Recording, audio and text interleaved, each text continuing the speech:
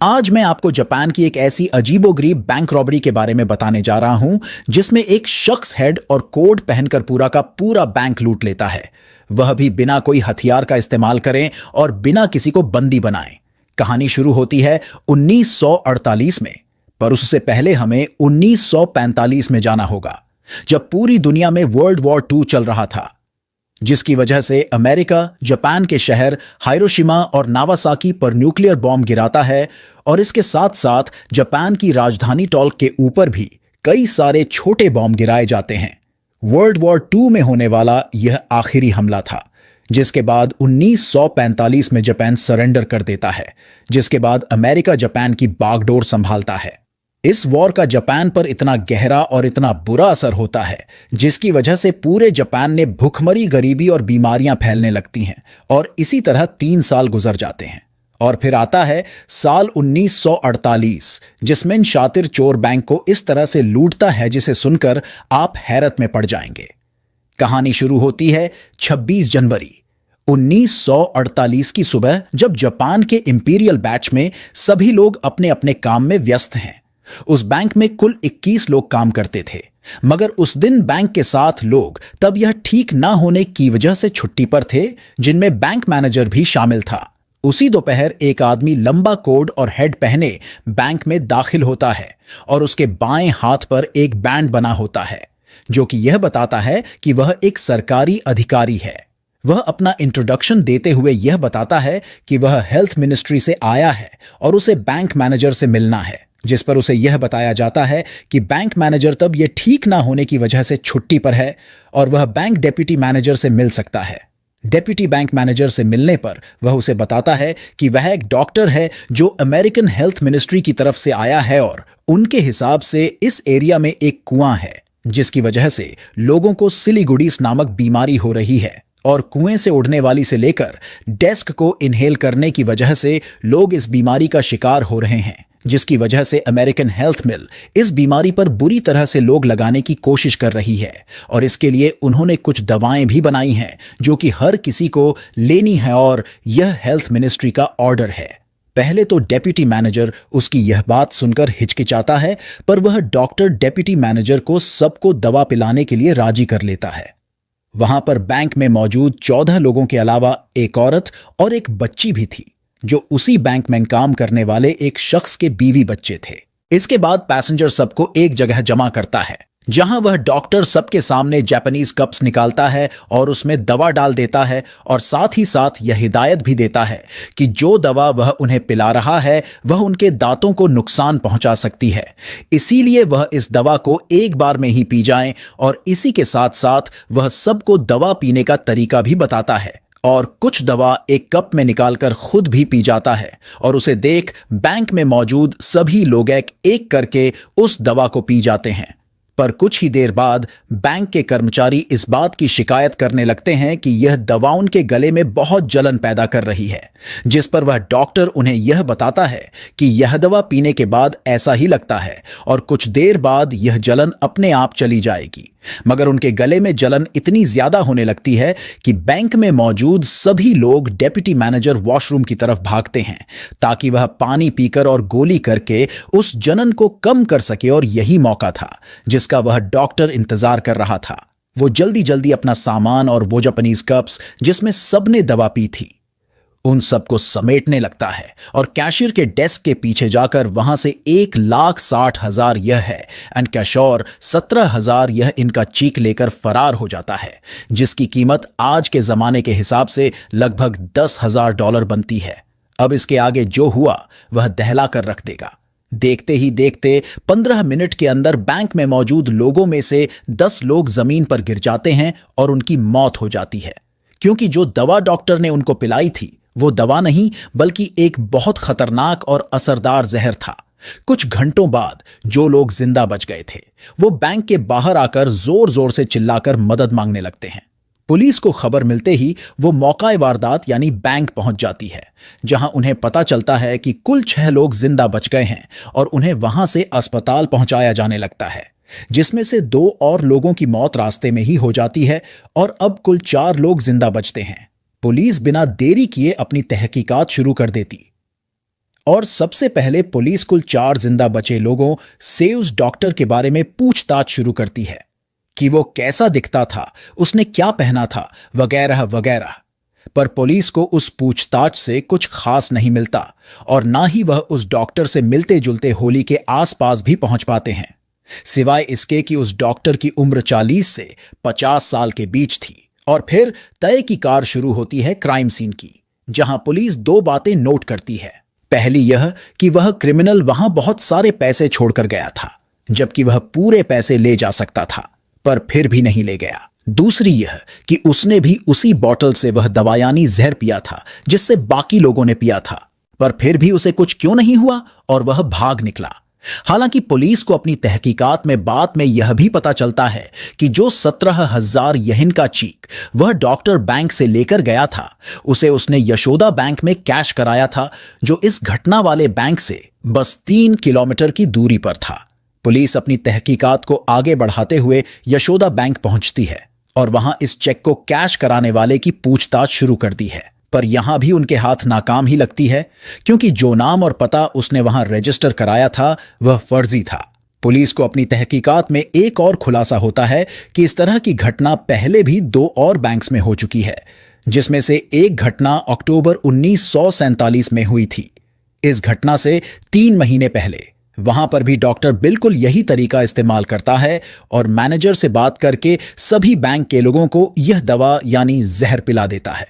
पर चौंकाने वाली बात यह थी कि वहां पर किसी को भी यह जहर पीने के बाद कुछ भी नहीं होता और इसीलिए इस घटना की कोई रिपोर्ट नहीं होती। बाद में पुलिस को पता चलता है कि यह डॉक्टर ने पहले बैंक में अपने प्लान को आजमाने के लिए एक्सपेरिमेंट किया था कि लोग उसकी बात का यकीन कितनी जल्दी कर लेते हैं, और उसके बाद इसकी हिम्मत और उसका कॉन्फिडेंस और भी बढ़ जाता है और फिर वह अंजाम देता है दूसरी घटना को, जो इस घटना से बस 1 हफ्ते पहले यानी 20 जनवरी 1948 को हुई थी। और इस बार वह चुनता है जापान की राजधानी टोक्यो के एक बैंक को, जहां वो मैनेजर को अपना इंट्रोडक्शन एक हेल्थ मिनिस्ट्री का डॉक्टर बताकर देता है। मगर इस बार उसकी कहानी बिल्कुल अलग थी। कहानी यह थी कि वह मैनेजर को यह बताता है कि यह यूरितानी फैमिली है जो फैलने वाली बीमारी से ग्रसित है, और उन्हें खबर मिली है कि मिस रिदानी ने उस दिन उनके बैंक में विजिट किया है, तो बैंक में स्टेरिलाइजेशन किया जाए और बैंक में काम करने वालों को दवाइयां दी जाए ताकि किसी को कोई भी इंफेक्शन ना हो। बैंक मैनेजर इस बात को कंफर्म करने के लिए जाकर बैंक रिकॉर्ड्स चेक करता है, जहां उसे यह पता चलता है कि मिस्टर रिदानी एक असली शख्स है और उनके ही बैंक का कस्टमर है, और वह उस दिन बैंक भी आया था जहां उसने अपने अकाउंट में बहुत सारे पैसे भी जमा किए थे। पर इन सब के बीच बैंक मैनेजर को एक बात खटकती है, और वह यह थी कि उनके रिकॉर्ड्स में मिस्टर रिदानी का जो एड्रेस था और जो एड्रेस उस डॉक्टर ने दिया था वह आपस में बिल्कुल अलग थे, और यह बात बैंक मैनेजर जाकर उस डॉक्टर को बताता है। अब डॉक्टर को लगने लगता है कि यहां उसका झूठ पकड़ा जाएगा, और वह मैनेजर से यह कहकर बैंक से बाहर निकलता है कि एड्रेस में कोई कंफ्यूजन है और वह ऑफिस से दोबारा चेक करके वापस आएगा, और फिर कभी वापस नहीं लौटता। हालांकि इन दोनों मामलों की कोई भी रिपोर्ट नहीं होती, क्योंकि ना तो इनमें कोई मरा था और ना ही कोई चोरी हुई थी। डॉक्टर बैंक के लोगों को यकीन दिलाने के लिए हर बार अपने विजिटिंग कार्ड्स उनको देता था, जिससे उन्हें यह यकीन हो जाए कि वह अपने बारे में जो भी बता रहा है वह सब कुछ सच है। पर हर बार हर घटना के लिए वो अलग अलग विजिटिंग कार्ड्स का इस्तेमाल करता था, जिनमें अलग अलग नाम होते थे। अपनी दूसरी चोरी के लिए जो नाम उसने इस्तेमाल किया था वो था जेरेमी गुजी, जो पुलिस की तहकीकात में फर्जी नाम निकलता है और ना ही इस नाम का कोई शख्स होता है। मगर अपनी पहली चोरी, जहां उसने प्लान का एक्सपेरिमेंट किया था, वहां विजिटिंग कार्ड पर जो नाम था वो था डॉक्टर मैचसूरी, और ये एक असली नाम और एक असली शख्स था। और इसी बिना पर पुलिस डॉक्टर मैचसूरी को गिरफ्तार कर लेती है और तहकीकात शुरू कर देती है, जिसमें डॉक्टर मैच तो यह पुलिस को यह बताता है कि घटना वाले दिन वह एक मीटिंग में था, और इस बात को प्रूव करने के लिए उसके पास चश्मदीद गवाह भी है। पर पुलिस के लिए अब सवाल यह था कि उस दिन डॉक्टर मैच सोई का विजिटिंग कार्ड बैंक ऐसे पहुंचा, जिस पर डॉक्टर मैच सोई पुलिस को यह बताता है कि ये विजिटिंग कार्ड्स एक लिमिटेड एडिशन है, जो एक खास तरह के विजिटिंग कार्ड्स हैं, और इस तरह के उसने 100 विजिटिंग कार्ड्स ही छपवाए थे। जिनका इस्तेमाल वो किसी खास बिजनेस मीटिंग में ही करता है, या फिर जब कोई उसे अपना विजिटिंग कार्ड देता है तो बदले में वो उसे अपना विजिटिंग कार्ड दे देता है। डॉक्टर मेथड ने पुलिस को अपनी एक खास आदत के बारे में भी बताया कि कार्ड देते समय वो कार्ड के पीछे यह भी लिख देता है कि उसने यह विजिटिंग कार्ड कब इसको और कहां दिया है, और इसी तरह वो अब तक 92 कार्ड्स लोगों को दे चुका है और अब उसके पास सिर्फ 8 विजिटिंग कार्ड्स ही बचे हैं। डॉक्टर मैचटूई की इसी खास आदत की वजह से पुलिस उन सभी 92 लोगों से तहकीकात शुरू करती है जिनसे उसने कार्ड्स एक्सचेंज किए थे, जिसमें से 20 औरतें थीं और बाकी बचे 62 लोगों का भी इस घटना से कोई कनेक्शन नहीं दिख रहा था, क्योंकि उनके पास हर सवाल का जवाब था। वो भी किसी प्रूफ या गवाह के साथ। अब सिर्फ 10 लोग ऐसे बचते हैं जिन तक पुलिस अब तक नहीं पहुंच पा रही थी, और इसी दौरान बैंक में जो लोग मरे थे उन सभी की पोस्टमार्टम रिपोर्ट आ जाती है। इसमें यह कंफर्म हो जाता है कि उनकी मौत जहर पीने से हुई है और उनकी बॉडी में सिनाइड के ट्रेसेस मिले हैं। पर सवाल अब भी यही था कि अगर सबने एक ही बॉटल से वह जहर पिया है तो वह डॉक्टर और उसके बाद जिन 4 लोगों ने वह जहर पिया था वह कैसे बच गए। तब पोस्टमार्टम करने वाला डॉक्टर पुलिस के सामने एक थ्योरी रखता है कि हो सकता है कि उस डॉक्टर ने उस जहर की बोतल में ऊपर से कोई तेल डाला हो पहले से, क्योंकि तेल पानी में मिक्स नहीं होता और ऊपर ही ऊपर तैरता रहता है, और उस क्रिमिनल ने अपने लिए कप में जो निकाला था वो जहर नहीं बल्कि तेल था, और इसी वजह से उसके बाद जिन 4 लोगों ने वो पिया था वो भी बच गए थे। पुलिस अब भी उन 10 लोगों को ढूंढ रही थी जो डॉक्टर मैचवे के कार्ड एक्सचेंज किए हुए मानवीय लोगों में से बचे हुए थे, और पुलिस दिन तक अभी तक नहीं पहुंच पाई थी। और लगभग 6 महीने की तहकीकात के बाद पुलिस उन 10 लोगों तक भी पहुंचाती है, और इन 10 लोगों में से एक ऐसा शख्स सामने आता है जिसकी बिनाह पर पुलिस यह पूरा का पूरा केस सॉल्व कर देती है। इन 10 लोगों में से पुलिस का शख्स सबसे ज्यादा एक शख्स पर था जिसकी उम्र लगभग 48 से 50 साल थी, और उसका नाम था थाड़ा मिर्ची ही रसा हुआ, जो इस घटना को अंजाम देने वाले डॉक्टर की उम्र से मेल खा रही थी। उस पर शक करने की एक बड़ी वजह यह भी थी कि वो इससे पहले भी 4 बार गिरफ्तार हो चुका था, क्योंकि उसने बैग्स में फर्जी चेक्स कैश कराने की कोशिश की थी। जब पुलिस ने उससे पूछताछ शुरू की और डॉक्टर मैचहुई के विजिटिंग कार्ड्स के बारे में पूछा तो उसने बताया कि 4 महीने पहले उसका बैंक कहीं खो गया था, और उसी बैंक में उसके सारे विजिटिंग कार्ड्स थे जो कि खो गए थे। उसी दौरान पुलिस को यह भी पता चलता है कि साड़ा मिर्ची हीरा साहू ने बैंक चोरी की घटना के 1 हफ्ते बाद ही 1,30,000 इंडियन बैंक में जमा किए थे, और जो पुलिस इस बारे में उससे पूछती है तो वह कोई भी जवाब देने से इनकार कर देता है, और इस बात से पुलिस कश्यप उस पर और भी बढ़ जाता है। तब पुलिस उसे गिरफ्तार कर टोके ले जाती है, जहां पुलिस पहुंचती के साथ उससे पूछताछ शुरू करती है। पुलिस उन 4 बचे हुए लोगों को भी पुलिस स्टेशन बुलाती है ताकि वो उसकी शिनाख्त कर सकें और उसे पहचान सकें। पर चौंकाने वाली बात यह थी कि उन 4 में से कोई भी उसे पहचान नहीं पाता, और हर कोई यही गवाही देता है कि यह वो शख्स नहीं है जो उस दिन बैंक में आया था। तब पुलिस साढ़े मीची हिरास हवा से सच निकलवाने के लिए 3rd डिग्री का इस्तेमाल करती है, जहां उसे सोने नहीं दिया जाता। 24-24 घंटे उसे भूखा और प्यासा रखा जाता, और साथ ही साथ उसे बर्फ पलटकर पीटा भी जाता। इस टॉर्चर के सामने वो ज्यादा दिन टिक नहीं पाया, और 5वें दिन वो अपना गोरा कबूल कर लेता है। पुलिस के 3rd डिग्री टॉर्चर की वजह से उसकी हालत इतनी खराब हो गई थी कि उसे वहां से अस्पताल ले जाया गया, जहां उसका ट्रीटमेंट शुरू हो गया। ट्रीटमेंट के कुछ हफ्तों बाद जब वह पूरी तरह से ठीक हो गया,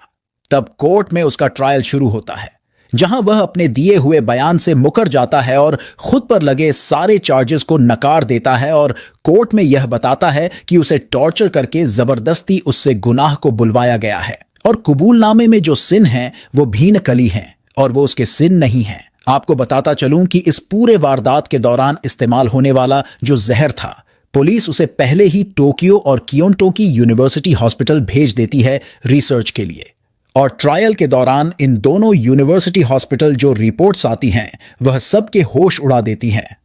रिपोर्ट्स में यह पाया जाता है कि जो पॉइजन इस बैंक रॉबरी में इस्तेमाल हुआ था उसका कनेक्शन जापान मिलिट्री के तनाव इतिहास से जुड़ा है। जापानीज आर्मी की एक स्पेशल केमिकल यूनिट हुआ करती थी जिसे वाटर वेरिफिकेशन यूनिट के नाम से जाना जाता था, और उसे सब यूनिट 731 के नाम से बुलाते थे। यूनिट 731 का इतिहास बहुत ही डरावना और दिल दहला देने वाला था, जहां इंसानों पर बहुत ही डरावना और खतरनाक एक्सपेरिमेंट किए जाते थे। अब जो सवाल कोर्ट और पुलिस को सता रहा था वो यह था कि खतरनाक जहर जिसका कनेक्शन यूनिट 731 से था, वो सारा मिर्ची हीरा सभा के पास आया कैसे,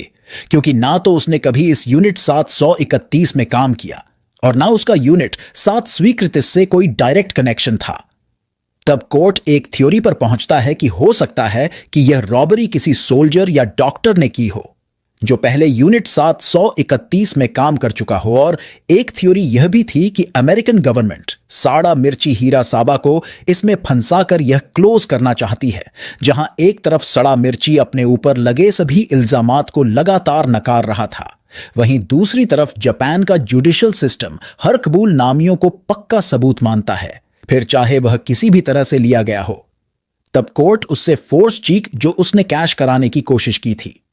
और 1,30,000 यह जो उसने बैंक में जमा कराए थे उसके बारे में पूछती है, जिस पर वह कोर्ट को बताता है कि उसे एक दिमागी बीमारी है जिसमें वह किए हुए कामों को बार बार भूल जाता है और बार बार वही काम करता रहता है, और इसीलिए उसने अपने पास पड़े फोर्ट चेक दोबारा बैंक में कैश कराने की कोशिश की और अपनी बीमारी की मेडिकल रिपोर्ट भी वह कोर्ट में जमा कर देता है। और 1,30,000 यह जो उसने बैंक में जमा कराए हैं वह उसने एडल्ट पेंटिंग्स बेचकर कमाए थे। आपको बताता चलूं कि साड़ा मिर्ची पेशे से एक पेंटर है। साड़ा मिर्ची के रिश्तेदारों ने भी कोर्ट में यह बात बताई कि उसकी माली हालत बहुत खराब थी और चूंकि वह एक अच्छा पेंटर था और एडल्ट पेंटिंग्स बनाकर बेचने में बहुत अच्छे पैसे मिल जाते थे, इसीलिए वह इस काम में लग गया। और इसीलिए पुलिस ने जब उन पैसों के बारे में उससे पूछा कि वह कहां से आए हैं, तो वह पुलिस को बदनामी के डर से कुछ नहीं बताता कि वह एडल्ट पेंटिंग्स बनाता है। और आखिरकार 2 साल लंबे चले इस ट्रायल के बाद कोर्ट साड़ा मिर्ची हीरा सभा को मुजरिम करार देती है और 24 जुलाई 1950 को सजा ए मौत सुनाती है। चौंकाने वाली बात यह थी कि उसे कभी फांसी दी ही नहीं गई और उसने उसी जेल में 40 साल गुजारे और पिछले साल की उम्र में उसने दुनिया को अलविदा कह दिया। हालांकि इस बात का कभी कोई पुख्ता सबूत नहीं मिला कि सारा मिर्ची हीरा सा वह शख्स था जिसने उस दिन उस बैंक रॉबरी को अंजाम दिया था, मगर फिर भी उसने जेल में अपनी जिंदगी के आखिरी दिन गुजारे और इसीलिए उसके रिश्तेदार साढ़े मीची के मरने के बाद भी कोर्ट में केस को रीओपन करने की मांग करते रहे, क्योंकि उन्हें यही लगता था कि स्टोरी में सारा मिर्ची का कोई हाथ नहीं था। और सन 2015 तक कुल 20 रिक्वेस्ट डाली गई, पर कोर्ट ने उन सभी मांगों को खारिज कर दिया। लोगों ने कोर्ट के फैसले को नकारते हुए 2 थ्योरीज बनाई। पहली यह कि एक अमेरिकन गवर्नमेंट का ह्यूमन एक्सपेरिमेंट ऑपरेशन था और दूसरी यह कि यह किसी क्रिमिनल गैंग का काम था जहां वह लोग इस जहर का इंसानों पर एक्सपेरिमेंट कर रहे थे।